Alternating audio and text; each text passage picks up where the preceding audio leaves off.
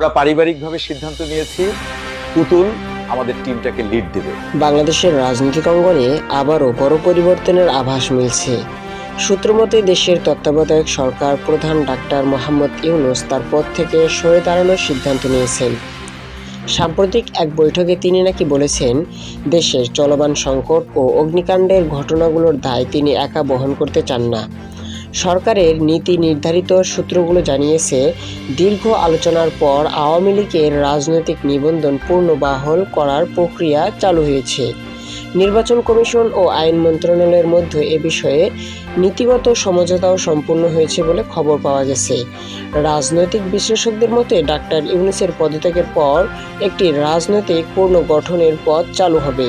ক্ষমতাকে কেন্দ্রে আবার ঐতিহাসিক দলগুলোর হাতে ফিরে যাবে। এর মধ্যে আওয়ামী লীগের সিনিয়র নেতারা বিদেশে অবস্থানরত শেখ হাসিনার সঙ্গে যোগাযোগ রাখছেন বলে বিভিন্ন সূত্রে জানা গেছে। একই সঙ্গে বিএনপি ও জামাতের মধ্যে নতুন সমন্বয়ক ও তত্ত্বাবধায়ক কাঠামো নৈমিত্য আলোচনা চলছে। দেশের রাজনীতি আবারও উত্তাল হয়ে উঠেছে। কে আসছে ক্ষমতায়, কে যাচ্ছে পদ্মার আড়ালে, এই প্রশ্ন সাধারণ মানুষের মধ্যে জোর গুঞ্জন শুরু করেছে।